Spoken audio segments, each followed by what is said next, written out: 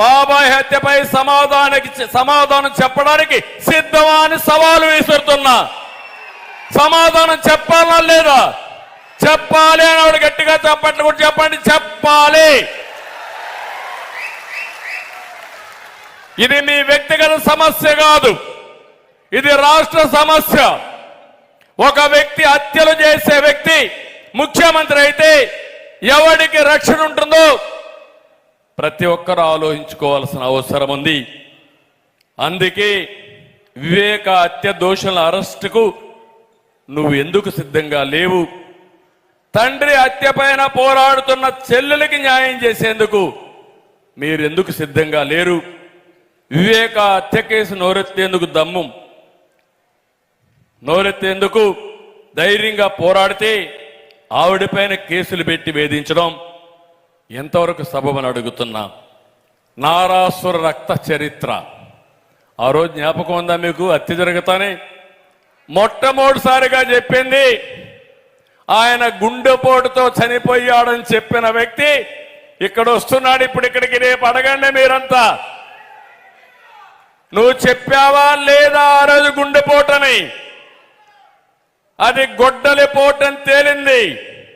గుండెపోటని ఎట్ట చెప్పావు అంటే ముందుగానే ఆ కుట్రలో ఈయన కూడా భాగస్వామ్యమని ఈజీగా అర్థమయ్యే పరిస్థితికి వచ్చింది.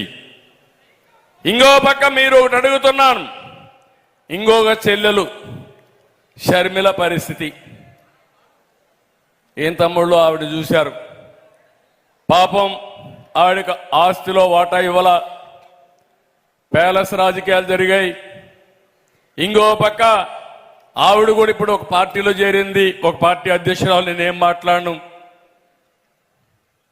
వాళ్ళ అన్నపై నుండే కోపంతో ఆవిడ మనల్ని కూడా విమర్శిస్తా ఉంది.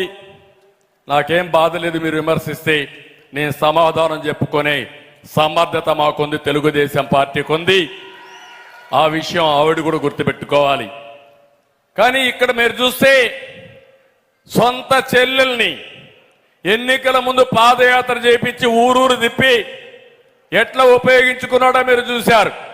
అంటే టిష్యూ పేపర్ బాత్రూమ్ మారిగా వాడుకొని ఈ అమ్మాయి ఆ టిష్యూ పేపర్ బారేసినట్టు ఇప్పుడు చెల్లెలు వదిలేసే పరిస్థితికి వచ్చాడు. ఏమి న్యాయమో నాకైతే అర్థం కాలేదు. అందరితో పర్వాలేదు, కుటుంబాల్లో తగరాదులు వస్తాయి, నేను ఎక్కడ తప్పుపట్టను. కుటుంబాల్లో తగరాదు వచ్చినా మీరు ఒక్క విషయం గుర్తుపెట్టుకోవాలి, సోషల్ మీడియాలో ఆవిడ నీ పైన పోరాడుతుందని ఆమె పుట్టిక పైన కూడా నీచంగా మాట్లాడావు. నీ సోదరి, నీ తల్లి, ఒక తల్లి ఒక మగబిడ్డని ఒక ఆడబిడ్డను ఇచ్చేస్తే నీ సొంత చెల్లి ఎక్కడ ఆవిడ పుట్టుకను కూడా నీచంగా చిత్రీకరిస్తా ఉంటే నీ తల్లికి అవమానం కాదా? నీ కన్న తల్లికి అవమానం కాదా? కనీసం ఖండం చేశారా మీరు? సరే, నన్ను తిట్టాడు, పవన్ కళ్యాణ్ తిట్టాడు, మన ఆడవాళ్ళు తిట్టారు. కడాన పవన్ కళ్యాణ్ అన్నాడు, ఒకటే మాట అన్నాడు భరించలేక మొన్న మీటింగ్లో, అవునయ్యా నాకు 3 పెళ్ళాలు ఉన్నారు, నువ్వు నాడుగో పెళ్ళాగా రమ్మన్నాడు.